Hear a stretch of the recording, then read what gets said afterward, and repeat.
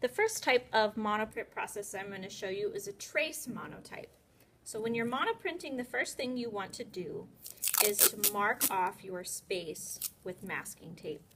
So I'm just going to follow those exact lines that I made for my image size right on my T and bar chart, and use those lines to know exactly where to put my masking tape when I'm rolling up my block. And this is going to keep my image size consistent and straight each time so that I end up with a really high quality print that doesn't have like a weird jagged edge or anything like that. This will be removed before you pull the print.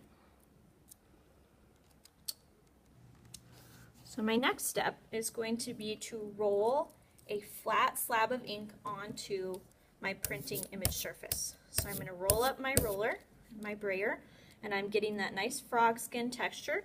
And I want to get that same frog skin texture on my print block. And I'm being careful to stay inside that masking tape line, but if a little gets on the masking tape, it's not a big deal. I'm going to be removing that anyway. Now, if your monoprint doesn't turn out, it's probably because your ink was too thin. But you also want to be careful because as I'm rolling, this ink is drying. And if it gets too dry, my print won't work. So if your print doesn't pull properly, you may have taken too long to roll up. So once I'm rolled up, I have that nice frog skin texture on my slab. I'm going to remove that tape so that I have a nice pretty rectangle there where my image is going to be.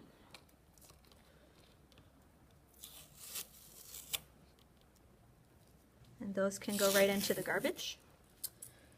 Then I'm going to use my T-bar marks to lay down my paper. So I'm going to line that mark up with the T and bring it straight down, but I'm not going to press it hard into that ink yet because I don't want all of that ink to move over, otherwise I won't get an image.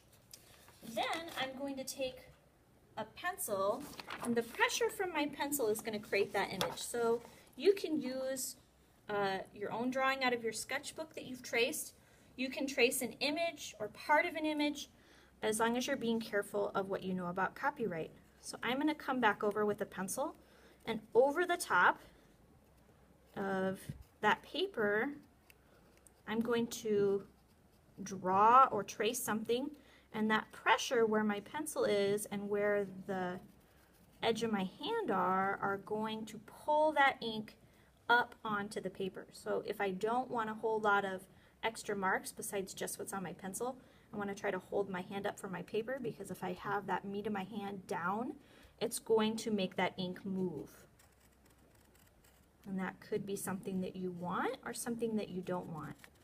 So you can control that by where you place your hand or how you move your hand.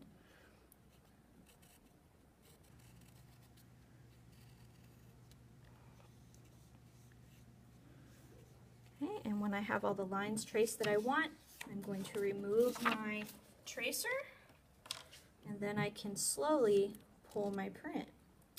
So you can see where I put pressure, it moved the ink to the paper and created this sort of fuzzy image. So that fuzz in the background is where my edge of my hand was pressing down into that paper, and the deeper, darker areas are where my pencil was. If I wanted less of this fuzz, then I would want to make sure to keep my hand up off the paper while I was drawing. If this line doesn't turn out very dark, then you're not pressing very hard with your pencil. To pull another print, if I wanted to take this image that's there, I could monoprint a ghost image.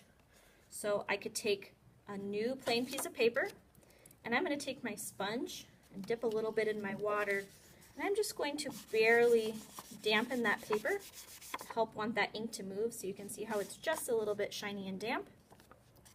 And then I'm going to try lining that print up and pulling that ghost image to see if I can get that to want to move.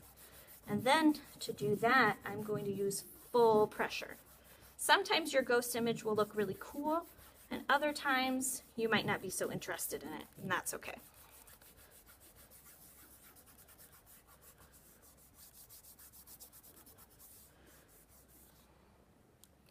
So when I pull that image up, then I got some of that ghost to move, and you can see where I had a little too much water. I did a little bit of bleeding, but I've got some of that image.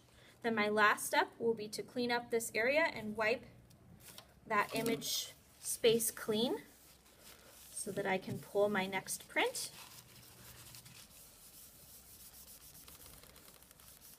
And if that ink is really dry, you may want to get some simple green out. So now I'm ready for my next monoprint.